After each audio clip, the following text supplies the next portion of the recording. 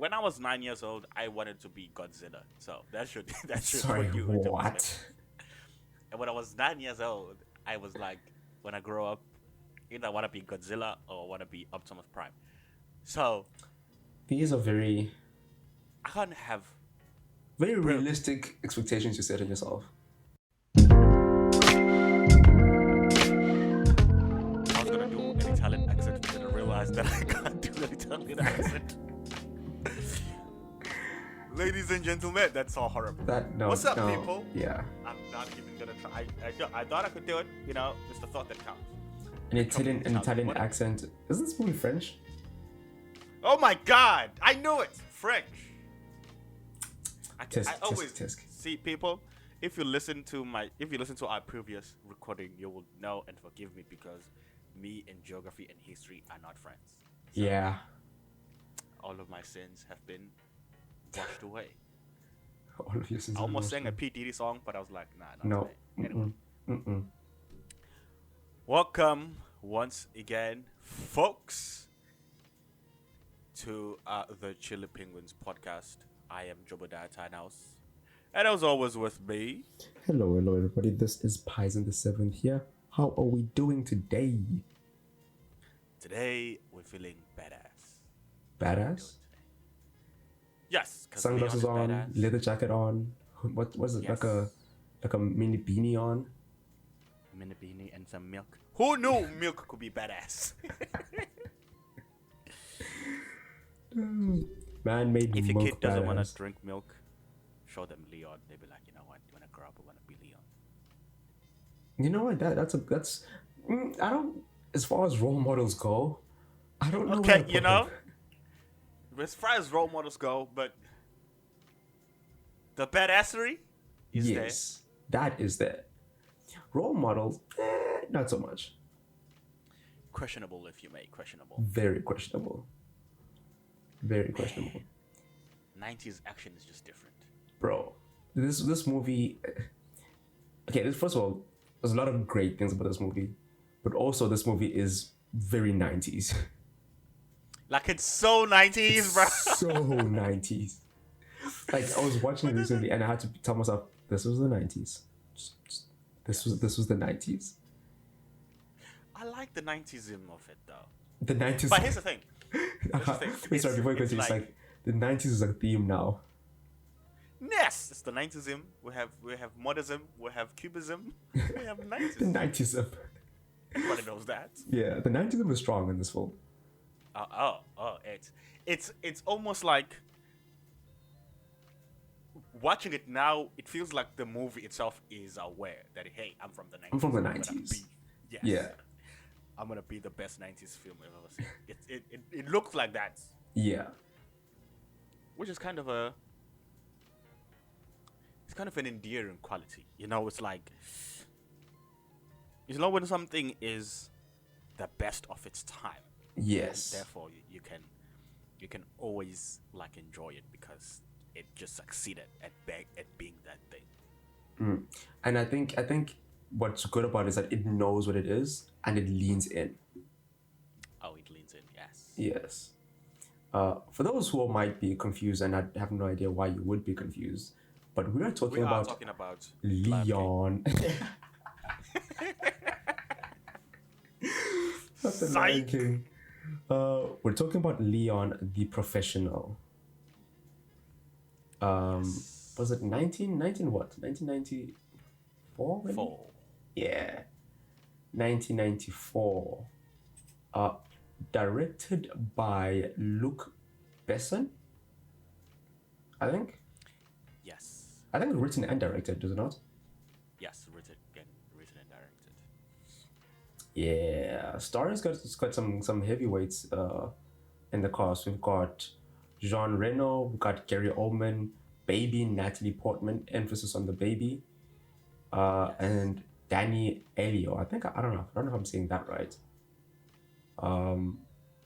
But it's one I would, again, I'm only assuming based on how, like, the language. This film feels like one of the 90s legendary films. Yes. I put it up there with like Heat in terms of like this type of films. It kind of fits within like that heavyweight of those days type of films. It's just so good. It's just so good. Also, before we continue, Yes. the movie Léon is an Italian. So I was right with my first guess. Well, Leon is an Italian, sure, but isn't this movie a French film? Luke is French. Yeah, it's his movie. So since it's his movie, the whole thing is French? Yeah. That's racist. I mean, yes. Bonjour. Is bonjour French or Italian? French. God damn it. What is Italian then? Oui? Don't ask me questions I can't answer. Hey, you are the history buff on some World War II. I'm not a legend person. I'm not a language person. True. But yes. Written and directed by Luc Besson. Awesome cast. Yeah. Awesome. Very, very, very big, legendary cast. Obviously, Jean Reno is amazing in this film. Natalie though. Young Natalie done did it. Get out of here, bro. Not gonna lie, How do you know? She really like. Was this her first film? One of her first. One of her first, yeah, but like she delivered. And to us, I think she was 12 when they were making this film. She looks 12, but she was probably also 12. And I think for a 12-year-old to pull off all of that, yeah. Bruh. Hold up, man. I've always wondered. I'm a huge film nerd, but it's something that I never understand. How do child actors act? Is there like a child acting school? That's the part that I always miss. Is there a guide or like how do they do it? I'm pretty sure like the parents get like a, you know how like singers get like a singing coach. Oh, so there's children acting coaches. Yeah, but like also if you were in like primary school, they've got like drama and they have to do all these stage plays. You know how like parents have to go watch their kid be a tree. Okay, listen up. Every kid can do a stage play.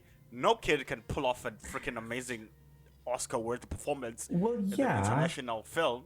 But here's the thing: you have to start off somewhere, and like I'm sure these agents see like that's a really good tree right there, that they're like in that stage play, and then they like get them like an acting coach, work on their craft, and also there's probably some that like naturals, who just watch TV and always wanted to be an actor and like would practice and rehearse and like in their houses and like at 9. Yeah, some of them probably.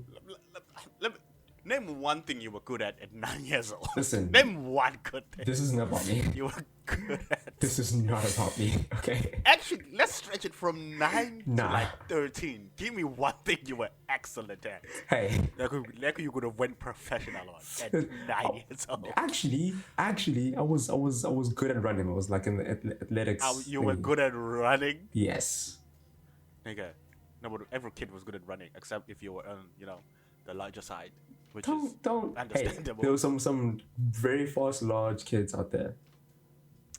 I stand on your side. But professional running. You know what? I probably ran too. I probably was drawing some cartoons. I wanted to be when I was 9 years old. I wanted to be Godzilla. So that should Sorry, what? And when I was 9 years old, I was like, when I grow up, either I want to be Godzilla or I want to be Optimus Prime. So these are I can't have very realistic expectations you set on yourself. Listen, man. The bottom line is parents should pay attention to what their kids are good at 9. At a very young age, yeah. Because I think if you feed like that very early passion, you can like really excel at it. Because I think as kids, we like things, and then if there isn't really any like support, even if it's like small, sometimes we'll give up on something and then we'll never pursue it again. Yeah. So any hint of, obviously he's not gonna be like a prodigy, but some kids have a proclivity for certain things. Listen, bro, when I get a kid, at like the moment the man can say words, I'm putting him in front of a computer. Okay, to do what? He's gonna, I don't know, man. The way the world's going, he needs to know how to use that thing. Oh, yeah. He might be like the next like genius coder or whatever. I don't know. Or she. I'll put him in the garden. He might be the next genius gardener. We need those too, by the way. You know what? Yes. Versatility. We need all of them. Yes. But yeah, as soon as a kid can identify what they want. Yes. Not even what they want. As soon as a kid knows that if I press this button, the phone turns on. It's go time. It's go time. It's go time. We don't waste time here. Drop and give me 65. That's funny. Léon. Bruh, Léon has one of the... Remember, which movie were we talking about where we said the IMDb gives nothing or gives little information? That's quite a bit, though. No, last time we did District 9, right? Yeah. Was it District 9? That was the last one, yeah. That we were like, it doesn't give much. District 9 didn't give much. It didn't really give a lot. Yes! Léon is even less than District 9. What's the IMDb saying? An Italian hitman protects a New York orphan. That's it. No ways. That's it, No bruh. ways. That is insane. How do you feel about that one? I don't want to say I don't like it because that's true, but in the sense that like that could be so many other different movies. Like so much happens in this film. Yes. But actually, I like it in the sense that you don't know exactly what's going on. It just gives you like a skeleton of a skeleton. Yes, like a sub. You know what it is? 90s movies, they didn't feel the need to give out too much information. Yeah. Modern movies, they do a lot. They over-explain. Yes, you see the trailers, they'll be showing major plot points. Yeah. 90s were like, no, we cool. We know what Also, it's like in these days you have so much access to information. So I think it's also like an overcorrection where they feel like they have to explain everything so that it's like this is like it's believable. But sometimes like you're overdoing it. Yeah, you're overdoing it, and in the process you end up brewing it. Yeah. I agree. But Léon came out in 1994. This movie was a hit because it was made on a budget of like 16 and it made 45 million. That's Damn. Okay. more than double. Yeah. Because typically they say, I mean, with 16, I'm not sure because that's like what the to make it. Say the marketing maybe like another. I don't know how much it would be back in those days, like another 10 or so. So yeah, make profit. 15. Yeah. But then the award season came through and it was awarded. What did it get? It got nominated for Hold Up. Let's pull up. Oh my God. Didn't it get an Academy Award? Was I dreaming? Maybe. Maybe I was dreaming. Yeah, we do that a lot.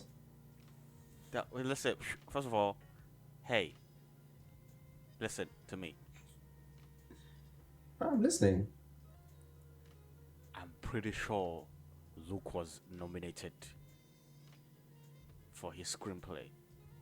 There is no way. There's such an oddly specific imagination. You did imagine a whole genre, a whole movie, though. Listen, this is not about me. This is. You know what? You've infected my precious mind. It depends. Like, what award show are you talking about?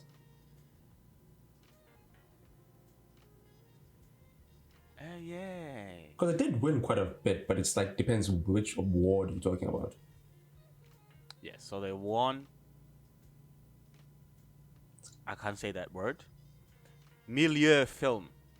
Best actor. Oh, best actor also got nominated. Best director, nice. Best music, nice. Best cinematography, nice. Best editing and best sound editing. What awards are these? Probably France. again. Remember what I France. said? Remember what I said? French film. So it's so weird that a French guy would make a movie about an Italian guy. I don't know why that's weird. Hey man, them French people do it different down there or up there, wherever there is. Somewhere, anywhere there. Yeah. But yes, one of my favorite things about this movie. I mean, so many. Wait. Young Natalie got Best Actress in Leading Role. Nomination. Winner. I knew it. In the award circuit community awards. Okay, I don't know what that is, but still. Oh yes. Oh, Young yeah. Artist Awards. How old was she though? Well, she was 12, I think. Man, that's how you know. If you get nominated for the Young Artist Award at 12, you're gonna rock up at the school playing like, listen to me, Timothy. I run this shit now, okay? Did you see my award? Tell me I can play. You can tell me I'm playing the tree no more. No. I am I Lady run Bugbear. this now. Yes. I'm playing. You're gonna be the rain, Timothy. How about that?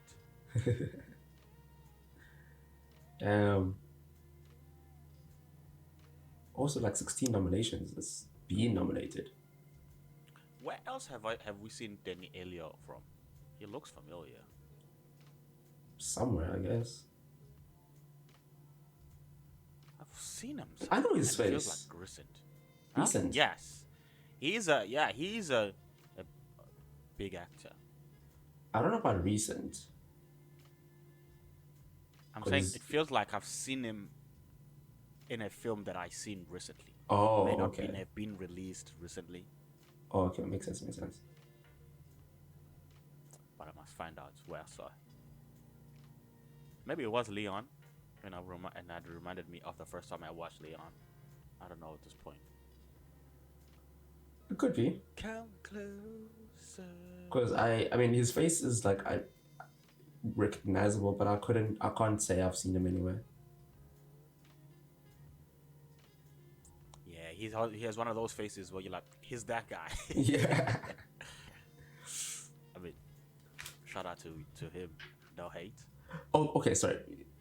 No hate, but also that dude was 100% stealing Leon's money. Bruh. That dude was 100% stealing Leon's money. Like, there's no other way. I was feeling that too, but the movie gave me nothing. It's in his performance, so we can agree that it's in his brilliant performance. Yeah, because they didn't say anything, they didn't give us any hints, but the way he performed, like, this dude is stealing his money. There's no ifs Every or buts to it. time Leon wants money, he was like, okay, for now here's 100, or here's you can put a bucks. Yeah. And Leon would be like, awesome. At the back of my mind, I'm like, Also, Luke knew what he was doing, because the way every time they're having a conversation, the way he was framed and the type of lines that he was delivering, it was a subtext, and we picked it up. That It was this man is definitely a stealing subtext, yeah. Didn't Mathilda get the money at the end? Like, huh? Yeah, because Leon was like, if anything happens to me, she must get the money. And then Mathilda went, and then he was like, I'm going to hold off the money for now. You go back to school. Yeah, because it's like, I'll give you money, like a bank, but better than a bank. I'm like, okay. Yes. And give her like $100. It's like, I think it's like it is like a bank. When you want all your money, obviously the bank is not going to have enough money. So he needs the money to have it in circulation. Yeah, probably. So every time she wants, say the money is 10K, he can't give away all the 10K, but he can give away maybe like 600 because he'll make it back. Yeah, the business and everything else. So it's almost like that. So in a way it's bad, but in a way, hey man, hey look, I hope you're being 100% honest. Yeah. Literally at this point we can only hope. Like what I was telling myself was like, maybe he's not taking that much. Maybe he's only skimming from the top.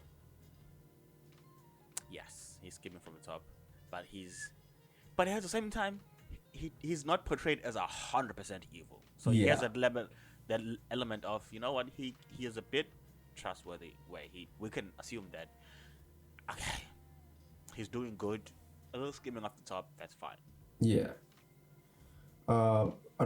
Spoiler. I don't know why we're talking about this now, but anyways, spoiler for those who haven't seen the film, or maybe the international version of the film, which is a bit longer. Because I always wondered to myself, how did they know which apartment they lived in, or how to find them? There's a scene they added. Who's them? Who? The DA, Gary Oldman's character. Yeah. Oh, okay. Because remember they rocked up with like all of them dudes, wearing all of them clothes and everything. And I was like wondering to myself, how did they find the apartment they live in? But then when I was rewatching it, there's a scene that they added just before then where it's like there's like a birthday party at Danny's place, right? He's there, it's at night with the kids, and then Gary, the DA, walks in with a lot of dudes with like guns. And then the kids, tells them the kids to go to the back. And apparently, Danny... Wait a minute. What? Some versions don't have that scene? Yeah. Oh, okay. Because I'm like, wait a minute, that happened. Okay, yeah, continue. This thing with us that happened, but I think that was in the extended cut. Ah. Yeah. So some versions don't have that scene where it shows him rocking up, and then where you see that he's actually he also contracts them to go kill people, and then we sort of like inferred that he was able to get information from him. Yes. And then they rock up with the ninja outfits. So I think him sort of somewhat agreeing to give Mathilda some of the money is sort of like feeling bad for being part of the reason that Léon he died. Gave up his boy. Yeah. Yeah. Because he's also like, he has a kid as well. Yeah. So that could be like, hey man, look, he's a father after all. Which is almost like it parallels the relationship, because Léon is also like childlike in some instances. Yeah. Bruh. Reno's performance is amazing, because this man can be dangerous, but so innocent at the same time. So innocent looking in a split second. Bro, we've been talking for 40,000 minutes. We haven't even given people the rundown of the film. They don't need to know that. A New York guy protects an orphan. That's all you need to know. That's what you need to know. Also, it will be fun. I hate this. Okay, let me say. I don't really like using the word pet peeve. I have never used it. But let me guess. You have a pet peeve. I have a pet peeve about modern movie audiences that Okay. I hate so much. I hate this so much. If you ever do it, I will stab you in your teeth. What? Not my teeth. You know when you're watching a movie, for example, The Accountant, right? Yeah. And people hear people like, oh, Batman is hanging out with the Punisher. Oh, I hate that so Oh. much. Oh, I hate that so much. Ah. Oh, Captain America is hanging with. Oh, I hate it. I hate it. Oh. Guys, please stop doing that. Don't. Just don't. Stop I know it. it's fun, Stop but like it. the whole multiverse thing is ruined. People are always associating the superhero, the character, and it's always like, hey, Stop hey, it. hey, Batman is hanging with Iron Man, and I'm like, no. You watch Oppenheimer, people are like, hey, Shelby is hanging with Tony Stark. No, can we not? No, don't. How did you get here with this film? No, because a thought that came to mind was like, first of all, have you seen the kids film Mathilda? You No. had ETV. You have never watched Mathilda? Oh, Mathilda. Yeah. I remember now. I was ready to call my grandma, right? No, I remember Mathilda. So it's one of those things where it's like, oh, this will This is the dark origin of Mathilda after her family was killed. Then she moved to an orphanage and got adopted by Danny, and then developed the powers. Oh, people say that? I saw it on one thing, and I was like, that one is entertaining because it's just a theory. It's a theory, yeah. Yes, That's kind of interesting. I can get behind that because it's not true. Yeah, but it's not like saying. For me, it's the specific when people say, "Oh, this guy is hanging out with this guy." I don't know why. I just hate it so much. That's fair. Let's not. But how I also love how. Wait, are we really not gonna give him the rundown? Oh yes, rundown. This is a very simple film. On a rewatch, I realized how simple it is. Very simple. It's simple. Leon is a hitman, right? Mm-hmm. Hitman. He gets an assignment. Poof, poof, poof, and he has a code of women and children, and he only kills people who he feels deserve it. So he gets hired as a contract killer to kill folks. He lives in this apartment building, and his neighbor Mathilda lives with her family. Mathilda is a 12-year-old little girl who lives with a very dysfunctional, abusive family. Mm-hmm, so Mathilda's dad sells drugs. That's snow powder. I think he doesn't sell them, but he gets them and transports them. Yeah, he's like the drop. Yeah. That guy. Yeah. So the DEA is a corrupt dude. Oh, would you know that the person responsible for enforcing drugs is also? Oh my God, who knew? Who would have thought? Who would have thunk it? Who would have thunk it? So, Mathilda's dad is stealing from the DEA. What did you say? But essentially, Mathilda's dad gets money, but then he steals a little bit and gives it to the DEA. So the DEA is like, no, this cocaine is running short. Who is responsible for this? And he's like, it's not me, I promise. And then DEA is like, found out who it is. But on the other side, this dude is very abusive to Mathilda. A very dysfunctional family. I have a theory. Do you think Mathilda is their child? I don't think so, man. Because no, Mathilda said the dad is definitely the dad, but like the mom is like a stepmom. Oh, yeah, the stepmom. That makes sense. Yeah. Because there's no way. Well, I mean, there is a way, but in this film, no way. That's true. So, Mathilda is getting abused, and so because they live in the same building, then they cross each other's paths every once in a while. While Leon is walking to the house. Dudes, DA come, shoot up Mathilda's place, and kill the dad while Mathilda is out buying some produce for Leon. Comes back, sees buying milk. Listen, and some stuff. Yeah. And then he walks past the house, sees that his family has been killed, goes to Leon's, begs him to open. That shot scene. Bro. That's why I'm like, bro, there's no way. Who taught this lady how to act like this? Because that scene right there, dude, I think that's probably one of like her best scenes in the whole film. Because like, imagine did you see how it is.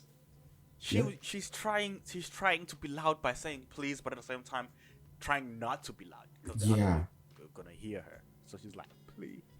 I can't even do it. Like, okay, let me paint the scenes for those that haven't seen this film. And again, I don't know why you haven't seen this film, but like, so you've already mentioned she's gone to go get like the produce, right?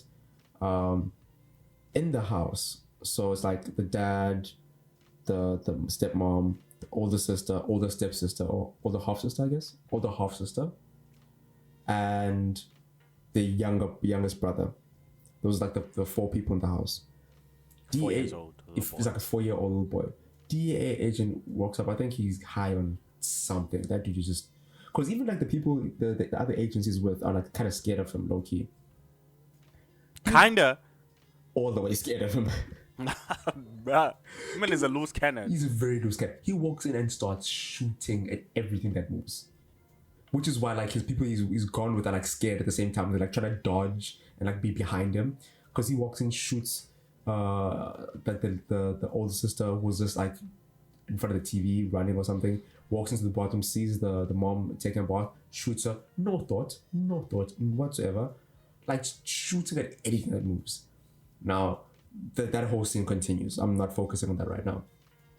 When they're done, right, and he's cooling off and whatever, Mathilda walks back up, or he's coming back to the apartment, and they're on the same floor. So their house is like in the middle, and then Leon's house is at the end. So she's trying to walk back, and then walks past the open door of her house. There's a guy in front with a gun. On the door, there is literally the sister's dead body. Behind her is her younger brother's dead body. So now, obviously, like, if you see that, she's gonna be next. She clocks this, and she's like, I'm not gonna pay, I'm not gonna look. And she just keeps walking past her home towards Leon's apartment. And then it rings the doorbell, and like you said, saying like, please let me in, loud but soft at the same time. And there's like, you can see she knows her life is on the line right now. Bro, that scene was just so intense, so good. Acting was so brilliant. Shot, like the way it was shot as well. Bruh. It's brilliant. Because there's because she's like, please. And we intercut between Natalie, Mathilda, Leon, and the guy at the door. Yeah. So, and the crazy thing is, as you're saying, it's a shot, because as we seeing Mathilda, we see the guy in the background blurred. So the imminent danger is right not there. Leave our sight. Yeah. Yes. And she's like, please. First she's like, open the door, because she expects the door to open immediately. But she's like, oh, this guy does not want to open. Oh, this guy's not opening. And then it's like, you can see the thought process of her going on like, if this door doesn't open, I will die. Yeah, you see it. She's like, oh, I'm gonna die. And the nice thing is, shout out to the cinematographer.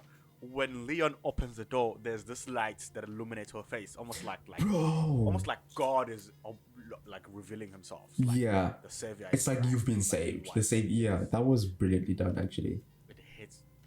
It's almost angelic. That's the symbolism. Yes. And things like, someone might think, true. Some might think like, well, why didn't he open to begin with? Like, first of all, Leon is a hitman. He does not get involved in other people's business. He just keeps to himself. He's like that type of person. So the whole time this is happening, obviously you hear the gunshots. He's looking in like the keyhole just to see what's going on with the gun in like by the door in case it spills over to his side. He's not trying to get involved. He's just observing. And he only does that like in the last second when he decides to open up for her. Which is such a great inciting incident, because it happens like we see everyone involved in the same place. We see all the danger in the same place, and it's like, because usually it's not a bad thing where it's like, oh, there's something happens which is I think that's gonna propel the main character's action and start the story. That always happens. Yeah. If when they kill John Wick's dog, that's the inciting incident. Okay, shoot, that's the thing that's gonna propel the action. Yeah. But here, what I like here is how it genuinely feels like, bro, if you don't do anything here, this little girl will die. It's almost like it's something, because usually the inciting incident is something that happens to the main character, and then the main character reacts, thus jumping into the journey. But here, something happens to someone else that is bigger than the main character. Yes. But it's that action that propels us to the main character, and then we are like to the guy, bro, if you don't open this door right now, this little girl, come on. It's not like we are seeing, oh no, something terrible happened to the main character. We're like, something terrible happened to this person, but we trusted you, my guy, to do something, which is a very nuanced way of writing an inciting incident. It's subtle, But I think for me, it's one of my favorite parts because it's Yeah. so powerful. And then she walks in and it's like, Dude.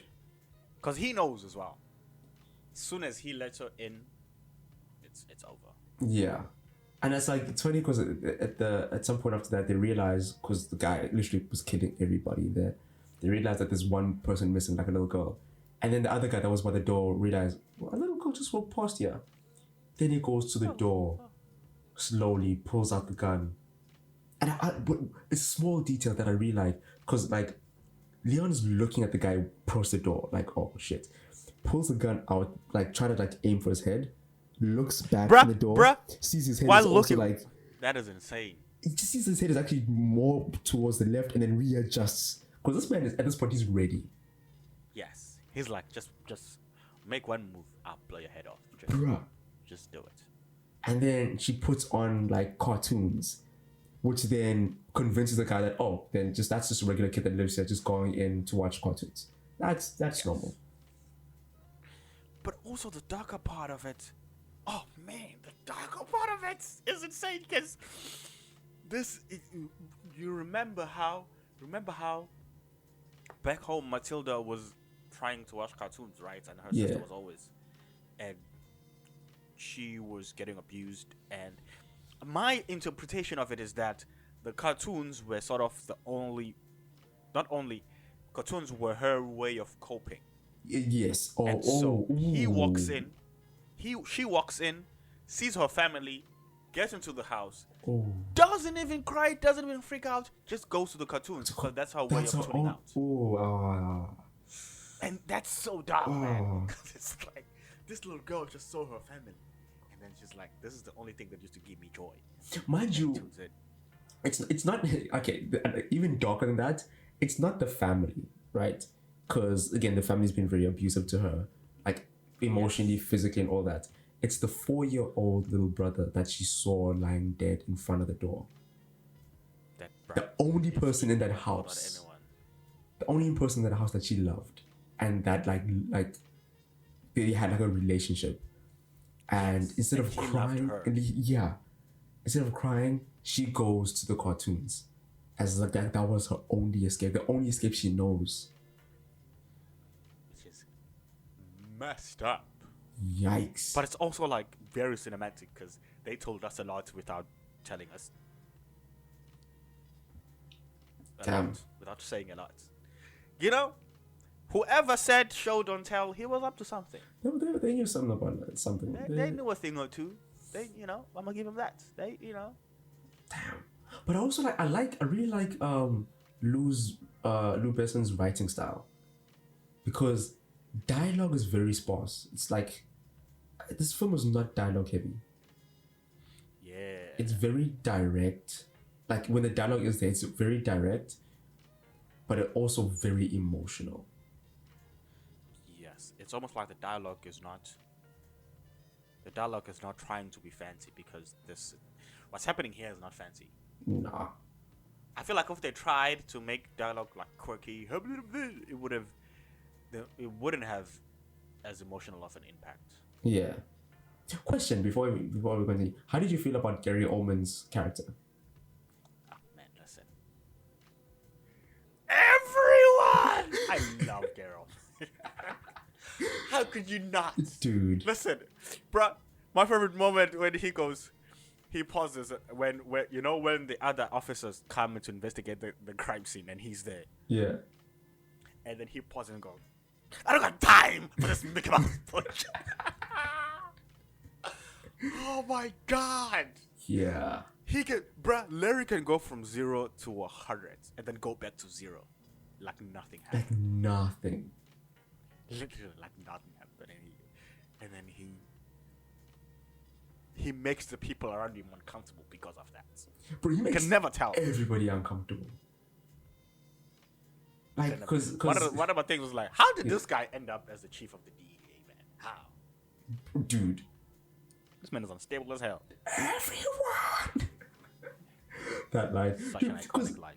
At first, because I thought it was just like a kingpin or like a drug dude, but after they just killed everybody in the apartment, and then the other dude like they were leaving, and then he was like, "Not you, you stay," because the cops are arriving, and then he was like, and I'm like, "Wait, why is he staying?" And it's like, what did he say? It's like, tell him what like that we're doing our jobs. I'm like, what do you mean we're doing your job? Like what? And then that's when it clicked. Oh, these guys are law enforcement. Yeah. Oh shit. This man shot a guy running away. Yeah. You're not doing your job, my guy. Multiple times. Because he shot his suit. Just literally. And then the other guy had to like calm him down. And then shot at like an old woman. When the old woman is like, "Hey, why don't you just leave him alone?" Did you see him? He's like, "Go back inside." I'm like, bro, this is an old lady. He cared. Like there was 0 Fs. There was no care left. But that's the thing. Like, that's the thing where I always wonder when, obviously, a huge credit goes to the writers and directors. Yeah. Of any film. But you have to wonder how much the actor brings to the role. Oh yeah, of course. And of course. Yes, and it's one of those things that I'm like, sure, it was written, but part of it is the beauty or the excellence of the actor playing the role. Yes. He brings something to the role. Yeah. If it was someone else, he would have brought something else. Something different. Yeah. Yeah. So for Gary Oldman, film was beautifully written, awesome. But a part of me is like, there's some nuances and dimensions Gary brought to that character to make him as unhinged and as freaking entertaining as he was. Yeah. Because every time he was on screen, you were like, oh. Dude, I'm on edge when this dude's on screen because like, what is he gonna do?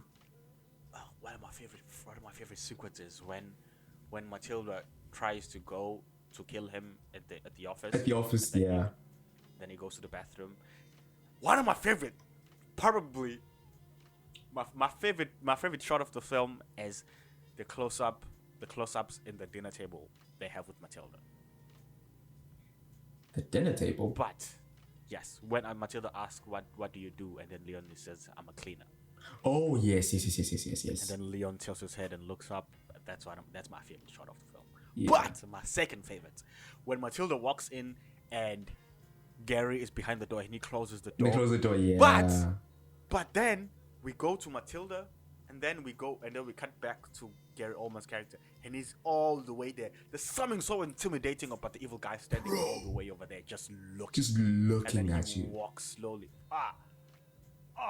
That shot. It reminded me of the first introduction of Hannibal Lecter from Silence of the Lambs. He's just standing in the middle of the room, and you're like, man, this guy's unhinged. Because he closes the door and he just stands there, and it's a wide shot, and he's way over there.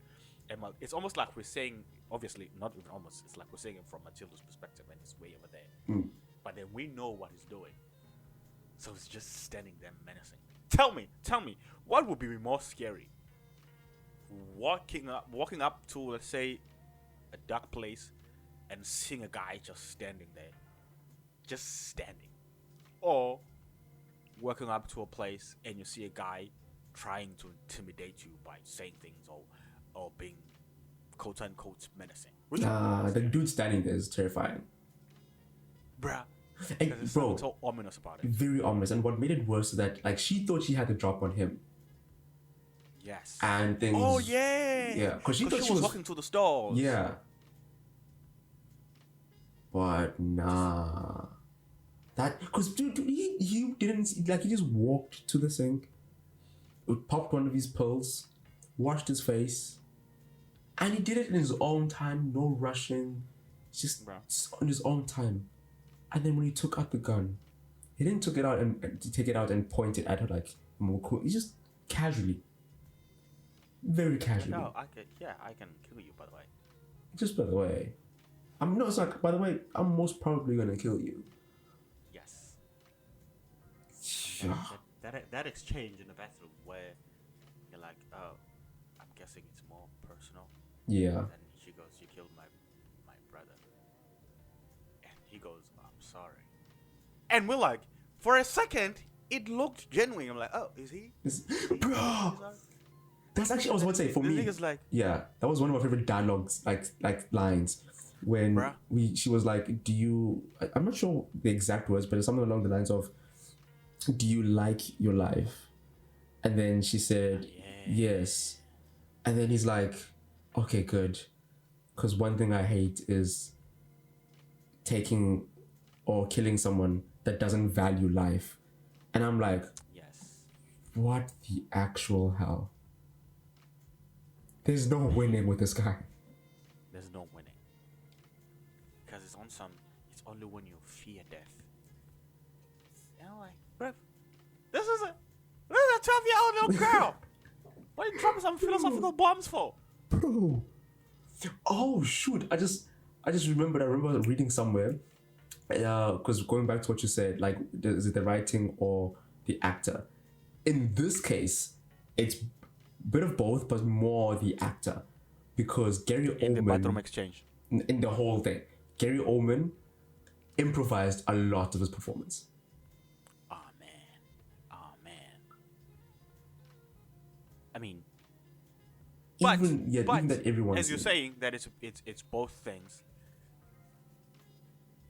They feed off each other. Yes. I feel like if you have a well-written, well-rounded character, you can add improvisation because you know what you know the character. I think it's one of the things. Yeah, like they made sure that he understood who and what his character is, and you have to have good direction and writing to get that.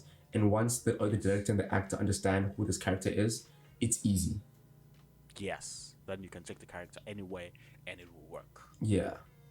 Then it's only about just like, okay, we're using this take, we're not using this take. Because not even with, like moments like, when Leon, there's moments where, Mathilda says something while Leon is trying to drink the milk, and it freaking catches him off guard, and he spills the milk on himself. Yeah. You're like, how many takes did they do that on? And Actually, that's the yeah. one they went with. So yeah, so you can only assume that, okay, they played around the scene a little bit, getting the rhythm of the lines. Until eventually they're like, okay, that's the one we're gonna go with. But also with Gary Oldman character, like, how did he? Because we've seen characters take drugs in movies before. Plenty of times. Yeah. But the way he does it, man, is just so. We don't even question it for a second. We're like, who would do that? We're like, yeah, this guy. This guy. This guy right here. Him? Yeah, Him? totally. Yeah. Yeah, he definitely do that. And you can I love see how that he's they being didn't taken tell it. us. Ah, yes. I also love that he didn't tell us what drug it was. Did they? No, they never did. Yeah, it's one of those things where you're like, audience doesn't need that much information. Yeah. It's drugs, and he takes it and turns into this crazy person for 3 seconds, then proceeds to be a crazier person for the rest of his life. There's no off switch with this guy. Dude. Also, like, But the action. Action is very 90s. Ah, yes, it's so Very 90s. 90s. Guns on. I love the 90s action though, man. I'm not gonna lie, it's just so 90s. Yeah. Also, like, one thing I was thinking about, the training arc. Yeah. Imagine being that dude, like either one of the two dudes where they showed us, where you just out there jogging. I feel like the first dude was like a politician or something, and then next thing you know, you're getting shot at by, like, what was it, paint or whatever? Yeah, paintballs. Yeah. Like, what? From where? And he's like, I'm okay. But, like, think about it. That was so easy to kill you with the paintball. Your security is ass, my guy. That's why. I'm firing everybody. You, Timothy, get out of here. Get out of here. I got shot. But the And second the other dude, guy that was just like, bruh. yeah, the second dude was just to the messed left, up. please. Bruh, because, like, the second dude wasn't actually a hit, and this dude, like, they're gonna kill him already, But before he actually kills him, he basically makes her do the training. And I'm like, what? I feel And I part of me thought they were just messing around and he wasn't actually going to kill him. yeah. But no. Leon is like, oh, actually, fish, almost forgot. You must die. I'm like, oh, okay. Yeah, so this was an actual hit. Dude. But also, like, that life for a 12-year-old? Bruh. That's kind of messed up. But also the element of Mathilda falling in love with Leon. Yeah. That could have easily gone in the south. writing. Yes. Not even in the movie world, but in the writing, the way that they handled that, it shows brilliance. Yeah. Because it could have been sour real quickly. Real quick. Even though it wasn't comfortable, because of the movie, not because of the writing. Yes. Because it wasn't comfortable. Yes. Because you're like, oh, the girl, what are you? But at the same time, you're like, oh, she's never felt this kind of safety, this kind of love before, this kind of protection. Yeah. So it makes sense that she would. And it's one of those things where you know kids see things in movies and they're like, oh, I'm in love, and you're like, No, you're not. you don't even know how to count to 75 yet. True. What do you mean? And I think another thing that made it work is how they wrote Leon's character as well. Yes. Because I think so he also says it at some point where he's old enough, but he still has to grow up. Yeah. Like emotion, like his maturity is he's very childlike. But I think, I have a theory. Yeah. I think his childlikeness is not necessarily because he's childlike, but I think it's because of the work has taken a toll on him, so he has suppressed a lot of feelings. Yeah. Number one. Yeah. Number two, he mentioned that he fell in love with a girl back in Italy, but then his dad didn't want her dating him, so this nigga killed his own daughter just because he didn't want to get Leon. Yeah. That's messed up. Them Italians, they got somebody to put him in check. But then, And then like he was in love, Yeah. and he lost essentially the love of his life, and he got broken because of that. That's when he moved to America and became this guy. At 19. So, at 19, Mind you, So this he's guy a- can't read. can't read, Can't definitely No can barely job. write. Yeah. obviously, knows no one here, and the job he gets is to be a hitman. And so Yeah. I think that his childlikeness, it's almost like the childlikeness is it's how we see him from the outside. From the Yeah. inside, he's just a broken He's a man. broken man. Yeah, no, I 100% agree with that. And I Which is think why I love how. yeah. Okay, yeah, continue. No, because I'm saying when he first told Mathilda that he's a cleaner, like a hitman, and then she was like, cool. I think that was the first person to like think what he's doing is, or like think of him as cool, because he's looked up Yeah. in like surprise and shock. Yeah, because I mean, no one wants to like someone who kills people. Yeah, So he's also got that I'm not liked in society, so I'm gonna exclude or seclude myself. yeah, Which I think, when Mathilda, how am I gonna say this? Leon, in the it's so this thing is so layered. Leon cannot love Mathilda obviously because she's a child, yes, but he doesn't outwardly state that. From his perspective, Leon cannot love because he lost the person that he loved, yes, and because of the work that he's doing. So that's how the writers treated it. There was like, Mathilda being a little girl is not, sounds fucked up when you say it, but it's like the little girl loving you is not, her being little is not the reason why you don't love her. But that's the general sense. But Yeah, it it's has just a common specific sense, yeah. reason. Yes, but Yes. the character specific reason is Leon is a broken man Yeah. who cannot love, and so I love how they not replaced, but they brought in a different kind of love from Mathilda. It's not romantic, so as to say that whatever kind of love it is, Leon cannot experience that kind of love. It's not limited to romance, but they're using the Leon's romantic love as a token to highlight his rather lack thereof love in his life, and Matilda's quote unquote romantic life, which we know that is not romantic. It's because of the parental love that she never got. So you Yeah. see how the love on the outside is like, oh, yeah, she's romance, but understand where both of these characters come from and how they view love.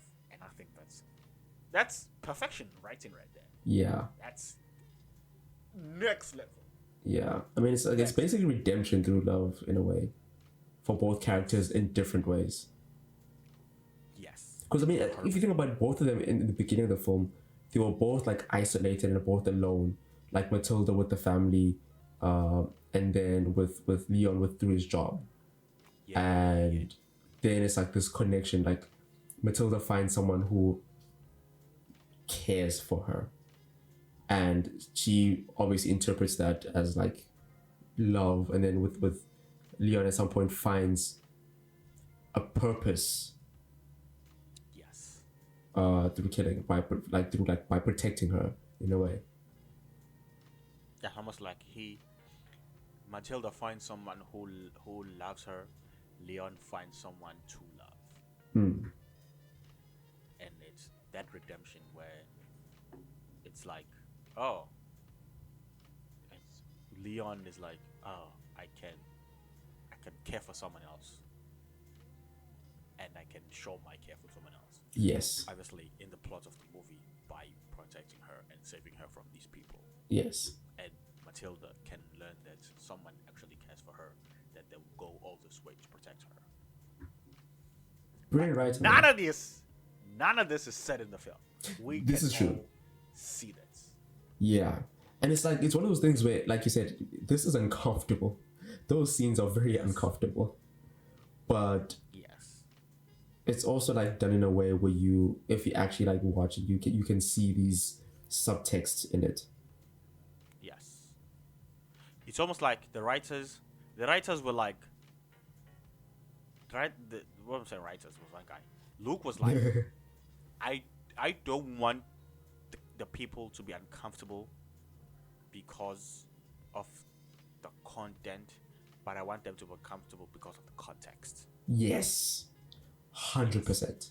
And it's okay actually as audiences, we want to be that uncomfortable as content, because that's the reason why we go to movies, to experience. Yes. Yeah. And you definitely feel it. Yeah. Content was the uncomfortable, then we'll be like, okay, fuck this guy. Bro, sorry just to cut you off. But a lot of films these days do things for shock value, and that's the difference between content and context. Because that's 100% true. Bro, like a lot of people don't understand there's like a huge difference between content and context. Because content, you just show these extremely unnecessary scenes with like gore and violence or whatever. You're showing the violence for the violence. For the violence, but like, dude, here the situation is showed, and it's like the context behind it is what's uncomfortable, and then you're able to watch it because it's like you having to think about these things as a human person. But if you're just showing us content that's like I don't want to see that, man. And then it's like, oh, if you don't want to see this, then you don't appreciate. This is what real life is. And we're like, we don't watch movies because we wanna see real life. I wanna watch movies because we wanna watch movies. We want stories. We don't wanna be and anyone who hides behind the shock value, that's a sign of how incompetent they are in their chosen field. Yes, it's the same. I know it sounds bad, but I fully agree with you. Yes, it's the same with comedians who like say controversial things and then they were like, oh, it's comedy. You guys can understand. And I'm like, no, the aim of comedy is to be funny. Yeah. That's their sole purpose, to make us laugh. Not to be controversial, the just reason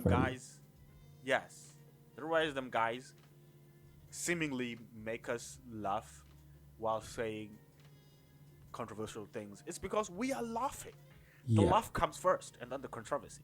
But if you those inexperienced comics are like, oh, I can get on stage and say Whatever I want. controversial, whatever I want, hateful speech, and then if you don't like it, it means you don't understand comedy. And it's like, no, my guy, I'm not laughing. It's just You not don't funny. understand comedy. I'm the guy who understands this because I've laughed before. Yeah. Terrible. It's just messed up. Remember the scene from Babel where between the cop and the Asian girl. Yes, yes. Comfortable. Oof. The context. Oof. That was not really like it's uncomfortable. just- yeah. Bro, I'm not gonna lie to you. I think about that scene like whenever I'm watching films that like have some how do I put this? When there's like shock value for just shock value's sake. And I'm like, then I have to like find myself like, hey, how could they have done this better? And I just think to that scene because that scene was just so uncomfortable, but it was also so good. Like, I don't know how, like, it was a brilliant scene because the context behind it was just heart-wrenching. And Yeah, maybe that's the thing. Maybe if as audience we understand why the characters are doing these things, yes, or why these things are happening, that gives us context. yes, Yeah, because you're saying is like, this is uncomfortable, but it's heartbreaking. The heartbreaking part is you understanding why this. yes. Because if I didn't understand it, it would be just like, oh, why are you showing that? Turn this. I'm not Yeah. gonna watch this anymore. But because I understood why and I knew the context behind it, it was just heartbreaking. And I was like, damn. Yeah, and heartbreak can be uncomfortable. Heartbreak can be painful. Heartbreak can be scary. And you know what it can is? be a lot of things. And like you mentioned earlier, this is why we go to watch films, because you want to feel something. Yes. Damn. One of the film scholars, if I may, Michael Hugh was like the main, which is so simple, but it's insane. He said the main reason people watch movies is to feel. Yeah. And then he followed by saying, you can make people think, but in order for them to think, they must first feel. That's the only reason why we think, is because we feel something. Yes. But if you remove the feel part and just make us think, no. Nah. We can think by ourselves, my guy. I could do that We in my can spare think by time, ourselves bro. all day, every day. Okay. But you have to make us feel.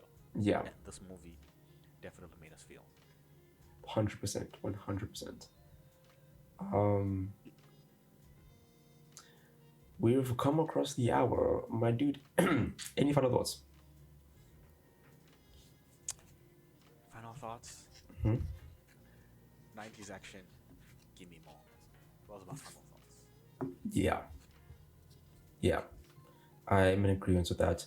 My final thoughts, and we forgot to even bring this up, but like the way he takes care of his plant is, in a way, I felt like it symbolized his isolation. Yes.